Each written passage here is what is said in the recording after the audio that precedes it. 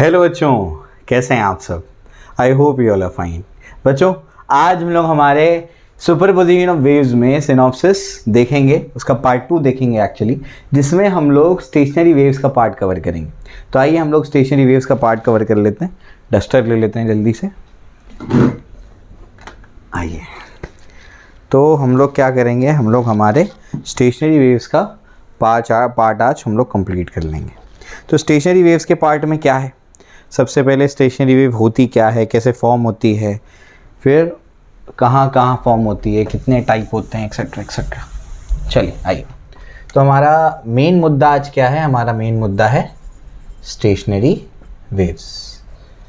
ठीक है ना। तो स्टेशनरी वेव्स की आज हम लोग सिनॉप्सिस देखेंगे। ठीक है ना। पूरा आपको सारे पार्ट्स में कवर करा दूंगा, इसके अंदर सारे फॉर्मूले, सारे शॉर्टकट, सारी चीज़ें। ठीक है। चलिए भाई, तो सबसे पहले स्टेशनरी वेव्स का जो पार्ट है, ये फॉर्म कैसे होती है, जब क्या होगा, दो SHPW एक ही पाथ पे चलेंगे लेकिन अपोजिट डायरेक्शन में, तो क्या फॉर्म होंगी, वो स्टेशनरी वेव फॉर्म होंगी। एक दूसरे के साथ सुपर इम्पोज करके वो क्या करेंगे, स्टेशनरी वेव फॉर्म करेंगे।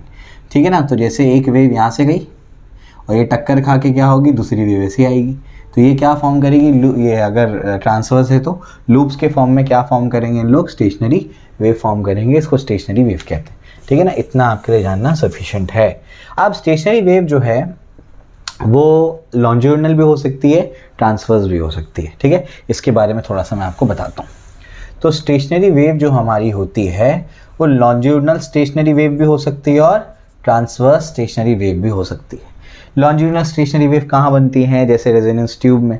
आपकी बुक में कुछ केसेस दिए हैं, जैसे आपको कहाँ मिलेगा, open organ pipe, open organ pipe यानी pipe open at one end, है ना, I am sorry, open at both the ends. और दूसरा केस क्या हो सकता है, closed at one end, closed at one end, एक एंड पे जो क्लोज होगा। ठीक है ना। स्टेशनरी वेव्स, जब ट्रांसफर स्टेशनरी वेव्स की बात करेंगे तो ये आपको कहाँ मिल सकता है, ये आपको ओपन बाउंड्री वाला स्टेशनरी वेव मिल सकता है, ओपन बाउंड्री स्ट्रिंग वाला, और एक क्लोज्ड बाउंड्री भी हो सकता है। मैं अभी समझाता हूँ, सबकी इक्वेशंस भी आपको बताता हूँ। ठीक है ना। ओपन बाउंड्री वाले स्टेशनरी वेव भी हो सकता है रस्सी पे, और क्लोज बाउंड्री वाला भी हो सकता है। मैं एक एक करके समझाता हूँ। तो इसमें ये आपको 4 केसेस पढ़ने हैं। तो ये आप नहीं सोचिएगा कि जब हम लोग स्ट्रिंग की बात करते हैं तो उसमें सिर्फ क्लोज्ड एंड्स होते हैं, उसमें एक एंड ओपन भी हो सकता है। ठीक है। मैं आपको समझाता हूँ कैसे क्या है, तो ये आपको आई होप समझ में आया होगा। तो अभी जो है एक एक करके मैं आपको चीज़ें समझाऊँगा इसके अंदर। तो आपके पास क्या है, आपके पास लॉन्जिट्यूडनल स्टेशनरी वेव है, और आपके पास क्या है, आपके पास ट्रांसवर्स स्टेशनरी वेव है। इसमें आपके पास क्या है, ओपन पाइप है, क्लोज पाइप है। इसमें क्या है, ओपन बाउंड्री है, और एक क्या है आपका क्लोज बाउंड्री है। ओपन पाइप कैसा होता है, वो दोनों एंड से क्या होता है, ओपन होता है। क्लोज पाइप कैसा होता है, क्लोज पाइप एक एंड से क्या होता है उसका, वो क्लोज होता है ना, क्लोज्ड एट वन एंड बोलते हैं उसको। ठीक है ना। तो ये होता है क्लोज्ड एट वन एंड। तो ये कुछ इस तरीके से होता है। क्लियर हो गया। चलो भाई, ओपन बाउंड्री वाली क्या, एक बाउंड्री उसकी ओपन होगी, ये कुछ इस तरीके से होता है। ठीक है ना। ये ऐसी रस्सी है, तो ये इधर से उसको जर्क देंगे तो यहाँ से वेव बनेगी, फिर यहीं से टक्कर खा के क्या होगा, ये इस तरीके से वेव फॉर्म करेंगी। समझ में आ गया, स्टेशनरी वेव फॉर्म करेंगी। ठीक है। चलो भाई, इस तरीके से ये स्टेशनरी वेव फॉर्म करती है लूप्स के फॉर्म में। क्लोज बाउंड्री में क्या होगा, ये दोनों एंड से क्या होगा, बंधी हुई होगी रस्सी, और ये इस तरीके से क्या करेगा, आपका स्टेशनरी वेव यहाँ पर फॉर्म होगी। ठीक है। इस तरीके से हमेशा क्लोज्ड एंड पे क्या बनेंगे, नोड्स ही बनेंगे, आप लोग जानते हैं। अभी बता देता हूँ नोड क्या होता है, एंटी नोड क्या होता है, पता ही होगा, बस रिवाइज कराना है मुझे। इसमें क्या बनती हैं, इसमें भी ऐसी आपकी स्टेशनरी वेव्स फॉर्म होती हैं, ये आप लोग जानते हैं। ठीक है ना। चलो भाई, ये अपने को पता है ऑलरेडी, इस तरीके से कुछ स्टेशनरी वेव्स इसमें बनती है। तो ये आपको मैंने समझा दिया। अब कौन से केस में क्या इक्वेशन होती है वो आपको समझना है। आइए मैं आपको बताता हूँ।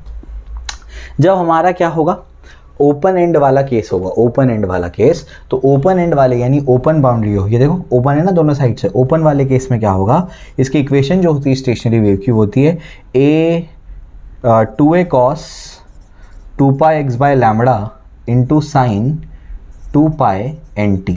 ये इक्वेशन बनती है कब, ओपन वाले केस में।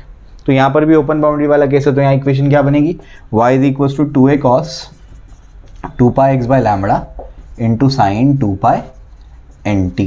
ठीक है ना। क्लियर हो गया। तो ये चीज़ आपको ध्यान रखनी है। और क्लोज बाउंड्री वाला केस होगा, तो क्लोज बाउंड्री वाले केस में बनती है y is equal to 2a sine 2 pi x by lambda cos 2 pi n t, ठीक है ना। यहाँ पर भी क्लोज बाउंड्री वाले केस में क्या बनेगा, y is equal to 2a sine 2 pi x by lambda into cos 2 pi n t. समझे, क्लियर हो गया। बुक में सिर्फ ये केस लिया है, समझ आ गया। तो आप लोग उसको देख के घबराना नहीं, ये चारों केसेस में बन सकते हैं।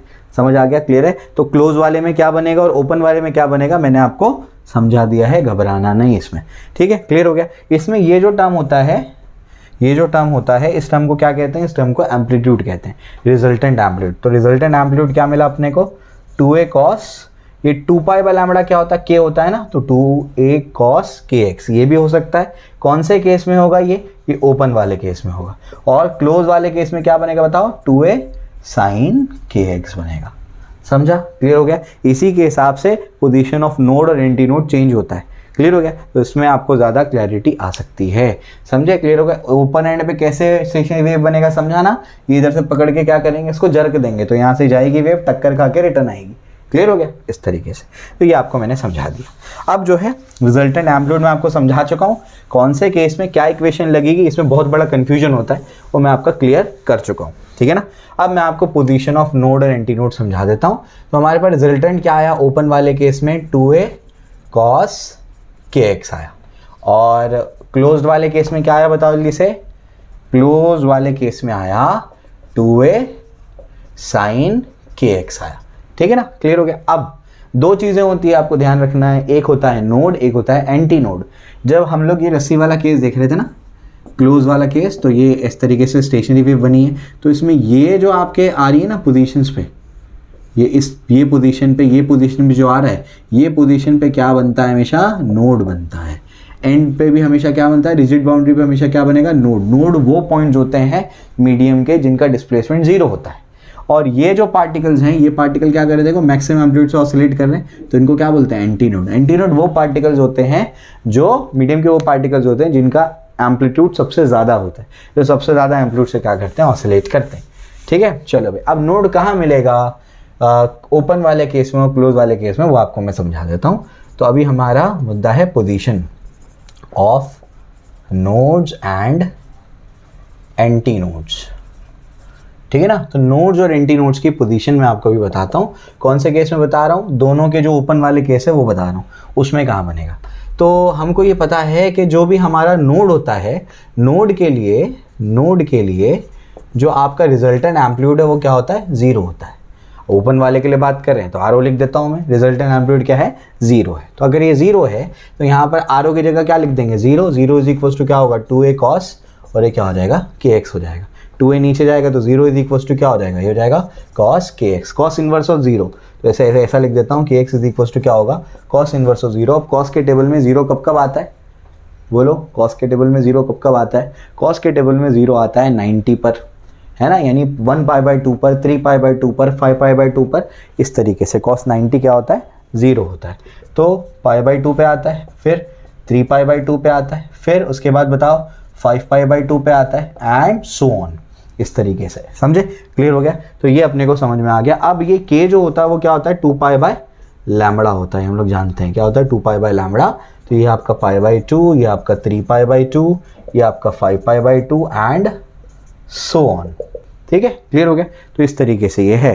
अब यहाँ पर क्या हो जाएगा, पाई और पाई क्या हो गया, कैंसिल हो गया। तो आपके पास क्या हो जाएगा, x का वैल्यू बताइए, अगर एक एक को रिलेट करेंगे, x का वैल्यू क्या होगा, हो जाएगा λ/4। तो आपको नोड्स कहाँ कहाँ मिलेगा, नोड्स मिलेगा आपको λ/4, फिर 3λ/4, फिर 5λ/4 एंड सो ऑन, समझे। यानी कहाँ कहाँ मिलने वाला है, इन जनरल 2n - 1 λ/4 पे आपको क्या मिलेंगे, नोड्स मिलेंगे। कौन से केस में मिलेंगे, आपको ओपन बाउंड्री वाले केस में क्या मिलेगा, 2n - 1 λ/4 पे आपको नोड्स मिलेंगे, ठीक है ना, क्लियर हो गया।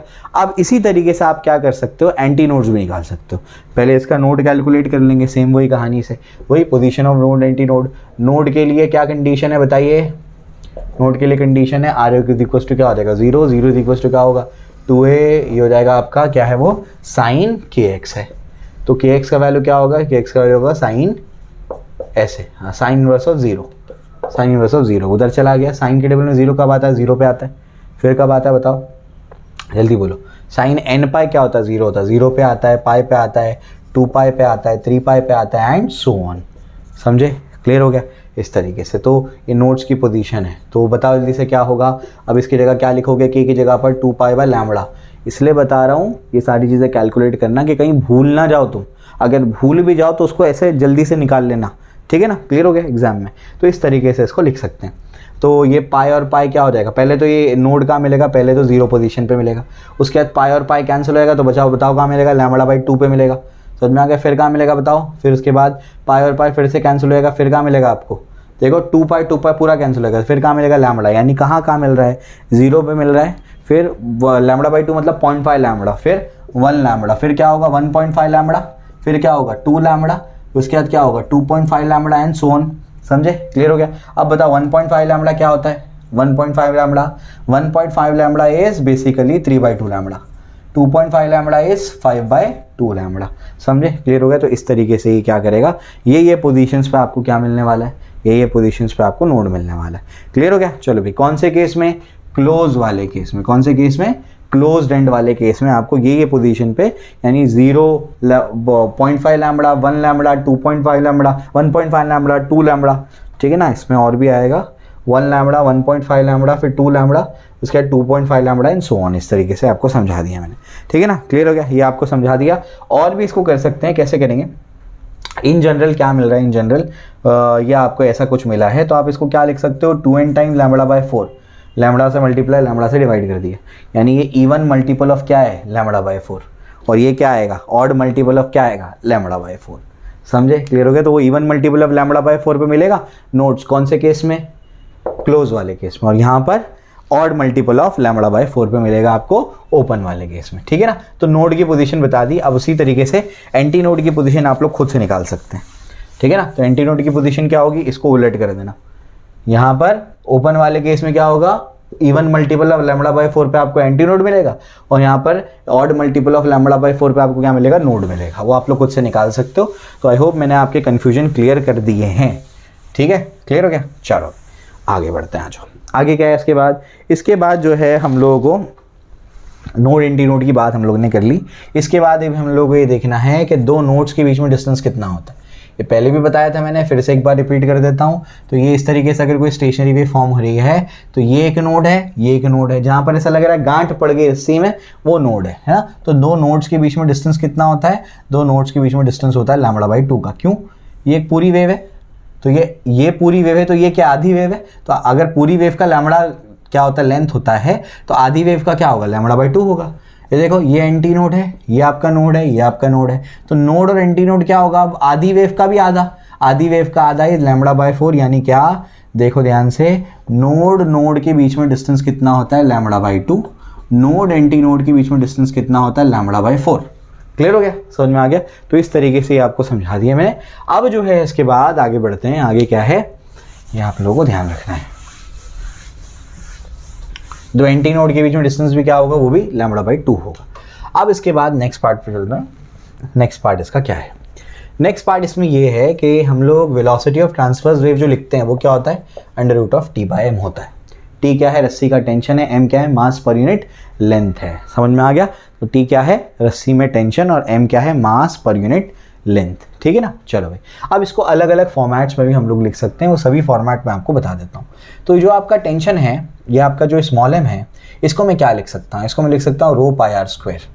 क्या लिख सकता हूँ, ρ/r²। वो मैं आपको समझाता हूँ कैसे लिखते हैं उसको, ठीक है ना? इसको कैसे लिख सकते हैं वो देखिए। स्मॉल m क्या होता है, होता है मास पर यूनिट लेंथ। मास क्या होता है, density into volume divide by length. Volume क्या होता है, एरिया इंटू लेंथ। तो लेंथ और length cancel, rho into area of cross section रस्सी। रस्सी का एरिया ऑफ क्रॉस सेक्शन क्या होता है, सर्कुलर, तो ये क्या हो जाएगा आपका πr²। तो इस वजह से ρ/r²। अब इसको याद कर लीजिए, अब मैं डायरेक्ट यूज़ करूँगा इसको, ठीक है ना? ρ/r², rho upon πr², I am sorry, T upon πr²। πr² तो एरिया है, तो T अपॉन ए यानी फोर्स अपॉन टेंशन क्या है, फोर्स, यानी force upon area. Force upon area क्या होता है, वो तो स्ट्रेस होता है, तो स्ट्रेस अपॉन रो भी लिख सकते हैं इसको। फिर उसके बाद यंग्स मॉडुलस क्या होता है, वो होता है स्ट्रेस अपॉन स्ट्रेन। क्या होता है, स्ट्रेस अपॉन स्ट्रेन। तो स्ट्रेस क्या होगा, y इंटू स्ट्रेन। तो y इंटू क्या होगा, ये स्ट्रेन डिवाइड बाय क्या हो जाएगा, रो हो जाएगा। समझा? क्लियर हो गया? अब स्ट्रेन क्या होता है, स्ट्रेन होता है आपका change in length upon original length. तो y into small L upon rho into capital L. ये है चेंज इन लेंथ, ये क्या आपका ओरिजिनल लेंथ। समझे, क्लियर हो गया। इसको अलग अलग फॉर्मेट्स में आपको लिखना बताया मैंने। और एक भी चीज़ है जिसको कहते हैं, अगर टेम्परेचर को बढ़ा घटा दिया जाए तो कोएफिशिएंट ऑफ लीनियर एक्सपांशन को कैसे लिख सकते हैं, change in length upon original length into change in temperature, change in length upon original length into change in temperature. तो small L by capital L क्या होगा बताओ, alpha into delta T is small L by capital L. तो यहाँ पर एक और चीज़ हो सकती है कि वाई, ये स्मॉल एल बाय कैपिटल क्या होगा, alpha delta T divide by rho. समझे, क्लियर हो गया। तो जितने फॉर्मेट्स हो सकते हैं वेलोसिटी ऑफ ट्रांसवर्स वेव के, वो सारे मैंने आपको करा दिए। ठीक है, क्लियर हो गया। चलो भाई, तो ये आपको समझा दिया मैंने। आइए आगे बढ़ते हैं। आगे क्या है, अब हम लोग क्या करते हैं, अब हम लोग रस्सी वाले केस पे जाते हैं, स्ट्रिंग, ठीक है ना, स्ट्रिंग वाले केस पे जाते हैं। हम लोग क्या करना है, हम लोग को 3 चीज़ें पढ़नी है इसमें, एक स्ट्रिंग का केस और 2 पाइप के केस, ठीक है ना। तो स्ट्रिंग वाले केस पे जब हम लोग जाते हैं तो स्ट्रिंग वाले केस में क्या होता है, इसमें अलग अलग मोड्स होते हैं। सबसे पहले फर्स्ट हार्मोनिक की बात करते हैं। तो स्ट्रिंग वाले केस में हो क्या रहा है आपको पता है ना, यहाँ पर आपके पास क्या है कि रस्सी है जो दोनों एंड पे क्या है, फिक्स्ड है। समझ में आ गया, ठीक है ना। तो फर्स्ट हार्मोनिक की बात करेंगे, फर्स्ट हार्मोनिक या फिर इसको क्या बोलेंगे, फंडामेंटल फ्रीक्वेंसी, फंडामेंटल फ्रीक्वेंसी, या फिर इसको बोलेंगे फर्स्ट मोड, फर्स्ट मोड भी होता है। समझे, क्लियर हो गया। तो फर्स्ट हार्मोनिक या फिर फंडामेंटल फ्रीक्वेंसी या फिर आपका क्या है, फर्स्ट मोड। अगर ऐसा है तो इस तरीके से ये ऐसा कुछ होगा आपके पास। इसमें क्या होगा, सिर्फ एक लूप बनता है। ये आप लोगों को देख के भी समझ में आ रहा होगा, कितने लूप बनते हैं, सिर्फ एक लूप बनता है। ठीक है, इसमें जो जनरल फ्रीक्वेंसी का जो फॉर्मूला होता है, जनरल फ्रीक्वेंसी का जो फॉर्मूला होता है P/2L √T/m, ये फॉर्मूला होता है। क्या फॉर्मूला होता है, ये स्ट्रिंग वाले केस में जो फ्रीक्वेंसी का फॉर्मूला होता है, जनरल कोई भी हार्मोनिक की फ्रीक्वेंसी इस P/2L √T/m। P क्या है इसके अंदर, P है नंबर ऑफ लूप्स, P क्या है, नंबर ऑफ लूप्स। अब आप एक चीज़ को याद रखेंगे, ट्रिक को याद रखेंगे, जितना लूप उतना हार्मोनिक, या जितना हार्मोनिक उतना लूप। अब फर्स्ट हार्मोनिक है तो कितना लूप आएगा, एक लूप आएगा, तो P की जगह क्या आ जाएगा, 1। तो N यही तो फंडामेंटल फ्रीक्वेंसी है, इसी को बोलते हैं फर्स्ट हार्मोनिक को। तो 1/2L √ क्या होगा, T/m। समझे, क्लियर हो गया। तो ये अपनी फंडामेंटल फ्रीक्वेंसी आ गई। सेकेंड हार्मोनिक में क्या होता है, मैंने क्या कहा, जितना हार्मोनिक उतना लूप। तो आपका जो सेकंड हार्मोनिक होगा, इसका और एक नाम होगा, इसको बोलेंगे फर्स्ट ओवरटोन। बच्चों क्या बोलेंगे, फर्स्ट ओवरटोन, या फिर क्या बोलेंगे इसको, सेकंड मोड भी बोल सकते हैं, सेकंड मोड भी होता है। ठीक है ना, क्लियर हो गया। अब सेकंड हार्मोनिक है तो कितने लूप बनेंगे इसके अंदर, डेफिनेटली आपको समझ में आ रहे होंगे कि कितने लूप बनने वाले हैं इसमें। तो इसमें 2 लूप्स बनने वाले हैं। तो P का वैल्यू क्या है, 2। अगर P का वैल्यू 2 है तो N यहाँ पर इसको 1 बोलते थे, अगर इसको N2 बोलेंगे सेकेंड हार्मोनिक के लिए, और P की जगह आ गया 2, तो 2/2L √ क्या हो जाएगा, T/m आ जाएगा। और ये 1/2L √ T/m ये क्या चीज़ है, और ये तो फंडामेंटल फ्रीक्वेंसी है, तो हो जाएगा 2 × N ऑफ फंडामेंटल फ्रीक्वेंसी। समझे, क्लियर हो गया। तो उसको फर्स्ट ओवरटोन कह लो, सेकंड हार्मोनिक कह लो, या सेकंड मोड कह लो। समझे, क्लियर हो गया इस तरीके से। इसके बाद क्या है, इसके बाद आपका यहाँ पर हो जाएगा थर्ड हार्मोनिक। ठीक है ना, थर्ड हार्मोनिक में सेम हो जाएगा, 3 लूप्स आएंगे, 3/2L √ T/m, यानी 3 टाइम्स फंडामेंटल फ्रीक्वेंसी। इसको थर्ड हार्मोनिक बोलेंगे या सेकंड ओवरटोन बोलेंगे। तो देखो, हार्मोनिक जब सेकंड है तो फर्स्ट ओवरटोन, हार्मोनिक थर्ड होगा तो क्या बोलेंगे उसको, सेकंड ओवरटोन। तो यहाँ से क्या समझ में आ रहा है, यहाँ से ये समझ में आ रहा है कि पीथ ओवरटोन, जितना भी ओवरटोन होगा हार्मोनिक उससे एक ज़्यादा होगा, इज इक्वल टू, ऐसे भी लिख सकते हो, फ्रीक्वेंसी ऑफ पीथ ओवरटोन, यही सही है, frequency of pith overtone is P+1 harmonic. ठीक है ना, इसको याद रखेंगे आप लोग।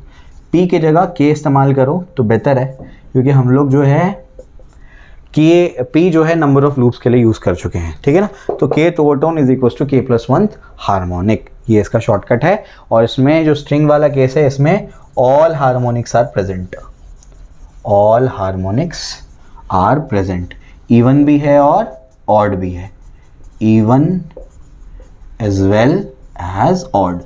इवन भी प्रेजेंट होता है और ऑड भी प्रेजेंट होता है। देखो ना, 1 क्या है, ऑड है तो 1 प्रेजेंट है, ट्वाइस भी तो प्रेजेंट है, 3 भी प्रेजेंट है, 4 भी प्रेजेंट होता है, 5th भी प्रेजेंट होता है, आप खुद से करके देख सकते हैं।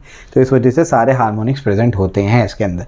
क्लियर हो गया, समझ में आ गया। तो ये इसकी फंडामेंटल फ्रीक्वेंसी का फॉर्मूला, और ये जनरल फॉर्मूला, सारी चीज़ें मैंने आपको बता दी। ये इंपॉर्टेंट चीज़ें हैं इसकी जो आपको याद रखनी है। ठीक है, position of node anti node भी याद रखना, बहुत काम की चीज़ है, जो इससे पहले मैंने आपको कराई है। चलो भाई आ जाओ, इसके बाद जो है अभी नेक्स्ट क्वेश्चन पे चलते हैं। तो पसीना पूछ लें।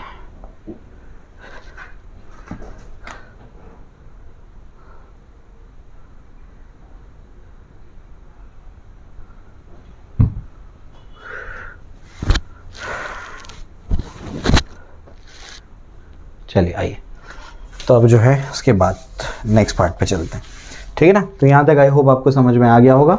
जो आपका सोनोमीटर वाला केस है, सोनोमीटर एग्जैक्टली वही है जो स्ट्रिंग वाले केसेस हैं, उसमें कुछ भी अलग नहीं है, ठीक है ना। तो घबराना नहीं बिल्कुल भी। अब उसके बाद क्या करेंगे हम लोग, ऑर्गन पाइप्स पे जाएंगे। हमारे ऑर्गन पाइप्स हैं, तो ऑर्गन पाइप्स वाले केस क्या है, ऑर्गन पाइप्स में दो अपने पास केसेस है, ओपन ऑर्गन पाइप और क्लोज ऑर्गन पाइप, ठीक है ना। तो इस तरीके से अपने पास है। ओपन ऑर्गन पाइप में क्या होगा, क्लोज में क्या होगा, उसमें याद क्या रखना है, इसमें याद रखना है जितना मोड उतना नोड, जितने मोड होंगे उतने क्या होंगे, इसमें नोड्स होंगे, ठीक है ना। चलो एक एक करके मैं सब बता देता हूँ इसको अभी। तो ओपन ऑर्गन पाइप में क्या होगा और क्लोज ऑर्गन पाइप में क्या होगा। जो आपका ओपन ऑर्गन पाइप होगा वो ऐसे ओपन होगा, और जो आपका क्लोज ऑर्गन पाइप होगा वो क्या होगा, एक एंड पे क्लोज होगा, है ना। तो ये दोनों एंड से जो ओपन होगा वो क्या है, दोनों साइड से, उसको बोलेंगे ओपन ऑर्गन पाइप, और ये क्या है आपका close organ pipe. Open organ pipe की फंडामेंटल फ्रीक्वेंसी का फॉर्मूला है V/2L, ठीक है ना।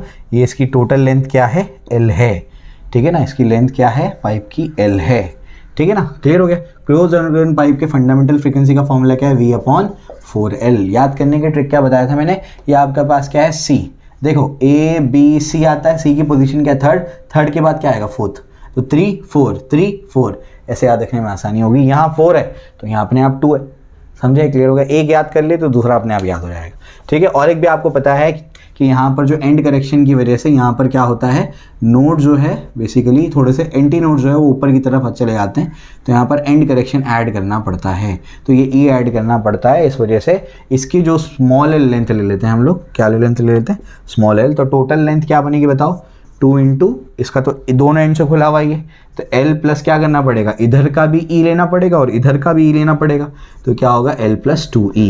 तो ये ऐसा है। नहीं भी अगर चीज़ें पता है तो उसको याद करो अच्छे से भी, ठीक है ना। चलो भाई, और यहाँ पर क्या होगा बताओ, क्लोज वाले केस में ये हो जाएगा V/4, एक ही एंड से, दूसरे एंड से तो क्लोज है, यहाँ एंटी नोड बनेगा ही नहीं, एंटी नोड हमेशा ओपन एंड पे बनता है, इस वजह से यही आएगा, तो L प्लस क्या होगा, E हो जाएगा। E का वैल्यू कितना होता है, E का वैल्यू होता है 0.3D, जो आप लोग को पता होना चाहिए, ठीक है ना। चलो भाई, तो V/ क्या होगा, 2 इंटू L प्लस 0.3D, यानी कितना होगा, 0.6D हो जाएगा। और ये क्या हो जाएगा, V/ क्या हो जाएगा, 4L प्लस कितना होगा, 0.3D हो जाएगा। ये क्लोज वाला केस है और ये ओपन वाला केस है, ठीक है, क्लियर हो गया। तो इस तरीके से ये आपको मैंने समझा दिया है। अब इसके बाद आगे बढ़ते हैं, आगे क्या है उसको समझने की कोशिश करो कि ये ओपन वाला केस, ये क्लोज वाला केस, इसमें फंडामेंटल फ्रीक्वेंसी का जो जनरल फार्मूला बनेगा वो क्या बनेगा। ओपन वाले केस में ध्यान रखेंगे आप, सभी हार्मोनिक्स प्रेजेंट है। क्या बोल रहा हूँ मैं, ओपन वाले केस में सभी हार्मोनिक्स प्रेजेंट है, तो इसमें जनरल फ्रीक्वेंसी का जो फॉर्मूला बनेगा वो n टाइम्स V/ क्या हो जाएगा, 2L प्लस 0.6D है, ठीक है ना। इसका फॉर्मूला बनेगा, n क्या होगा, n 1 2 3 एंड सो ऑन, कुछ भी हो सकता है, समझे। क्योंकि इसमें क्या होता है, ओपन वाले केस में ऑल हार्मोनिक्स आर प्रेजेंट, इसमें सभी हार्मोनिक्स प्रेजेंट होते हैं, ठीक है, इवन भी और ऑड भी, ऑल हार्मोनिक्स आर प्रेजेंट। इसमें सिर्फ ऑड प्रेजेंट होते हैं, इवन प्रेजेंट नहीं होते हैं। तो जो जनरल फ्रीक्वेंसी का फॉर्मूला बनेगा वो रहेगा 2n-1 V/ क्या हो जाएगा 4, और ये क्या हो जाएगा L प्लस 0.3D। ये जनरल फ्रीक्वेंसी का इसका फॉर्मूला बन जाता है, ठीक है ना। उसमें n का वैल्यू लिख लो आप लोग, क्या करोगे, n का वैल्यू 1 से स्टार्ट करो, 1 2 3 एंड सो ऑन, ठीक है ना। क्योंकि इसमें सिर्फ क्या होता है, इसमें only odd harmonics are present, odd harmonics are present, किसमें, आपके क्लोज ऑर्गन पाइप में। क्लियर हो गया, समझ में आ गया, ये सारी चीज़ें मैंने आपको समझा दी। अब इसके बाद क्या है, इसके बाद आपको कुछ और चीज़ें बता दूँ, जैसे हार्मोनिक्स क्या होते हैं, ओटोन्स क्या होते हैं। फंडामेंटल फ्रीक्वेंसी के जो इंटीग्रल मल्टीपल होंगे उनको क्या बोलते हैं, हार्मोनिक्स बोलते हैं। ओवरटोन्स क्या होते हैं, जो एक्चुअली साउंड में जो हार्मोनिक्स प्रेजेंट है उनको क्या बोलते हैं, ओवरटोन्स कहते हैं। ये चीज़ आपको याद रखनी है, ठीक है, क्लियर हो गया, ये भी आपको मैंने समझा दिया। अब इसके बाद जो है याद रखना, ऑक्टेव अगर वर्ड आया आपके वेव्स वाले केस में या साउंड वाले केस में, तो ऑक्टेव का मतलब होता है ट्वाइस दी फ्रीक्वेंसी, 8 टाइम्स नहीं, 8 नहीं है उसका मतलब 2 गुना है, समझे। तो ध्यान क्या रखेंगे आप लोग, ऑक्टेव का मतलब 8 टाइम्स नहीं है, क्या है, ट्वाइस है, 2 टाइम्स है, ठीक है। तो ध्यान रखो इस चीज़ का।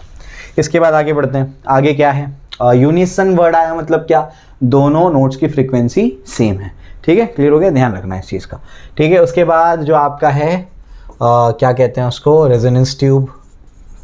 तो रेजोनेंस ट्यूब जो है वो क्या है, तो आपका जो रेजोनेंस ट्यूब है वो बेसिकली क्या होता है, आपके पास एक ट्यूब होता है जिसको अपन क्या करते हैं ऐसी बकेट में डुबाए रखते हैं और उसमें एक एंड को क्या करते हैं उसके पानी में रखते हैं। तो ये बेसिकली क्या हो जाता है, तो वो open at both the ends, लेकिन पानी में डुबाने से उसका एक एंड बंद हो गया, तो ये क्या बन जाता है, क्लोज्ड एट वन एंड वाला केस।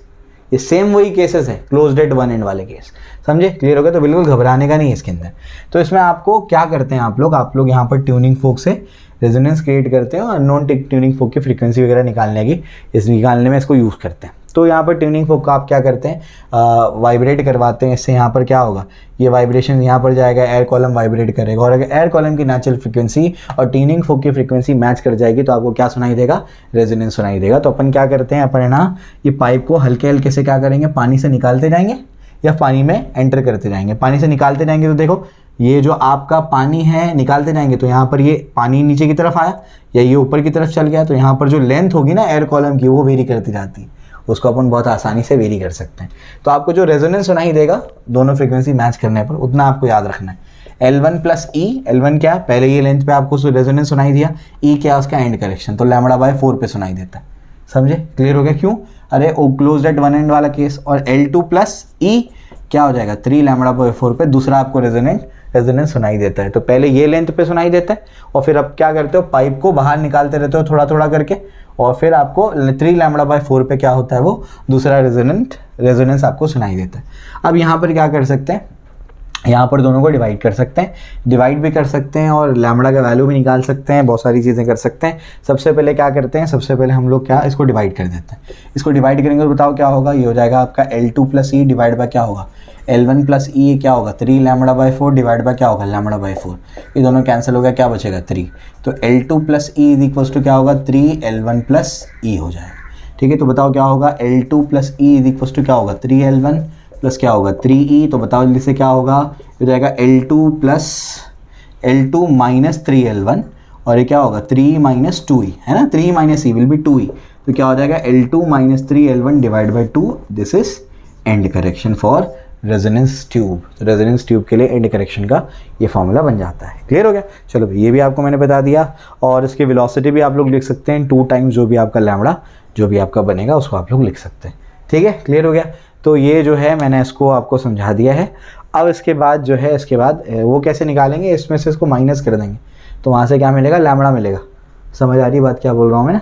तो यहाँ पर आपको क्या मिल जाएगा, लैम्बडा मिल जाएगा। और लैम्बडा मिलने से क्या मिलेगा आपको बता दूँ क्या, 3 λ/4 माइनस λ/4 इज इक्वल्स टू क्या होगा, L2 plus E minus L1 minus ई। क्यों माइनस कर दिए दोनों को मैंने, दोनों कैंसिल हो गया, क्या बचा L2 माइनस L1। ये कितना बचेगा बताओ, डिनोमिनेटर में 4 आएगा और ये क्या हो जाएगा 2 लैम्बडा हो जाएगा। ठीक है, सेम डिनोमिनेटर पे था। तो बताओ क्या होगा, 2 1 2 2 तो लैम्बडा का वैल्यू क्या होगा, 2 times L2 minus L1। Lambda मिल गया, velocity of any wave is n lambda, तो n times lambda is 2 times L2 minus L1। ऐसे वेलोसिटी ऑफ वेव भी आप निकाल सकते हैं, समझे, लेंथ को मेजर करके। तो इतनी आसानी से आप वेलोसिटी ऑफ साउंड को कैलकुलेट कर सकते हैं with the help of resonance tube. ठीक है, तो इसके सारे एक्सप्रेशन मैंने आपको बता दिए, अच्छे से इसको याद कर लीजिए। ठीक है, समझ भी लीजिए क्या हो रहा है इसमें। इसके बाद आगे बढ़ते हैं। आगे क्या है, मेल्डेज एक्सपेरिमेंट जो आपको बहुत कम किताबों में मिलता है वो भी मैं आपको बता देता हूँ, जो कि आखिरी टॉपिक होगा बिल्कुल, मेल्डेज एक्सपेरिमेंट। तो मेल्डे का एक्सपेरिमेंट क्या होता है, मेल्डेज एक्सपेरिमेंट में 2 केसेस होंगे। एक होता है आपका ट्रांसवर्स वाला केस, ट्रांसवर्स, और एक होगा आपका क्या, लॉन्जिट्यूडिनल। एक होगा ट्रांसवर्स, दूसरा क्या होगा, लॉन्जिट्यूडिनल। ट्रांसवर्स वाले केस में क्या होगा, ट्रांसवर्स वाले केस में ये जो आपका ऐसे होगा ट्यूनिंग फोक, यहाँ से वैसी बंधी होगी रस्सी, ये इसको हम लोग ने क्या कर दिया, एक पुली से पास कराया, यहाँ पर लगाया एक मास। तो इसको ऐसे अपन क्या करेंगे, वाइब्रेट कराएंगे।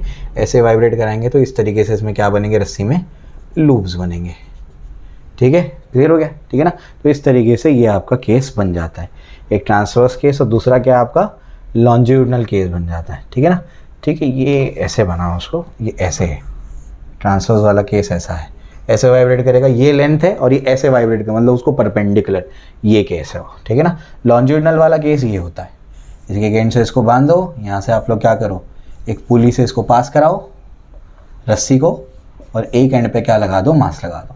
ठीक है ना? तो इस तरीके से यहाँ पर क्या बनेंगे, लूप्स बनेंगे। तो ये लूप्स बनते हैं ऐसे, तो ये पैरेलल है। लॉन्जिट्यूडिनल मतलब क्या, लेंथ के अलॉन्ग ये वाइब्रेट कर रहा है, तो ये पैरेलल है। इसमें जो आपकी ट्यूनिंग फोक की फ्रीक्वेंसी होगी वो होगी आपकी twice the frequency of string, ठीक है ना, जो उसकी 2 गुना फ्रीक्वेंसी होगी। और यहाँ पर जो आपकी ट्यूनिंग फोक की फ्रीक्वेंसी होगी वो इक्वल टू क्या होगी, स्ट्रिंग की फ्रीक्वेंसी। समझे, क्लियर हो गया। अब स्ट्रिंग की फ्रीक्वेंसी क्या होगी वाइब्रेशन की, 2 इंटू, हम लोग जानते हैं कितने लूप्स होते हैं, अरे वही केस है स्ट्रिंग वाला case, P upon 2L under root of क्या होगा, T बाय M, 2 और 2 कैंसिल, क्या बचेगा, P upon L under root of T by M। तो ये ट्यूनिंग फोक की फ्रीक्वेंसी यहाँ पर हम लोगों ने निकाल ली मेल्डेज एक्सपेरिमेंट में, ठीक है ना, क्लियर हो गया। उसके बाद यहाँ पर क्या होगा, यहाँ पर आपका ये फ्रीक्वेंसी क्या होगी, ये तो वही होगी P upon 2L under root of क्या होगा, T बाय M। ये सबसे ज़्यादा इंपॉर्टेंट चीज़ है इसके अंदर कि ट्यूनिंग फोक की फ्रीक्वेंसी आप लोग निकाल सकते हैं इससे, ठीक है, क्लियर हो गया। चलो भाई, तो बहुत आसानी से आप लोग क्या कर सकते हैं, ट्यूनिंग फोक की फ्रीक्वेंसी निकाल सकते हैं। इसमें दोनों में एक चीज़ याद रखना आप लोग, ये सब अगर कांस्टेंट है, लेंथ कांस्टेंट है, M कांस्टेंट है, फ्रीक्वेंसी कांस्टेंट है, तो P root T is equal to क्या हो जाएगा, कांस्टेंट हो जाएगा, यानी स्क्वायर कर दो, PT square is equal to क्या होगा, कांस्टेंट होगा। स्क्वायर भी कर दो कांस्टेंट का स्क्वायर तो कांस्टेंट ही आएगा। तो PT यानी फिजिकल ट्रेनिंग का square is equal to constant, दोनों केसेस में। फिजिकल ट्रेनिंग मतलब याद करने के लिए P क्या है, नंबर ऑफ लूप्स, और T क्या है, टेंशन। तो ये बहुत काम की चीज़ है इसके अंदर। तो ये सारी चीज़ें मैंने आपको इसके अंदर करा दी। तो ये आपके स्टेशनरी वेव्स का जो पार्ट था सुपरपोजिशन ऑफ वेव्स में, उसका मैंने सिनॉप्सिस कंप्लीट कर दिया। अब से मैं क्या करूँगा, जो हमारे चैप्टर्स बच गए उसका पहले मैं आपको सिनॉप्सिस दे देता हूँ, ताकि आपके एग्जाम से पहले आपको सारी चीज़ें रिवाइज करके मिल जाए और फॉर्मूलेज आपको एक साथ मिल जाए। क्लियर हो गया, समझ में आ गया। तो इस तरीके से मैंने आपका सिनॉप्सिस कंप्लीट कर दिया। अब इसके बाद जो नेक्स्ट चैप्टर में लूँगा वो होगा आपका वेव ऑप्टिक्स। इसके बाद हम लोग वेव ऑप्टिक्स करेंगे। Okay, thank you, all the best.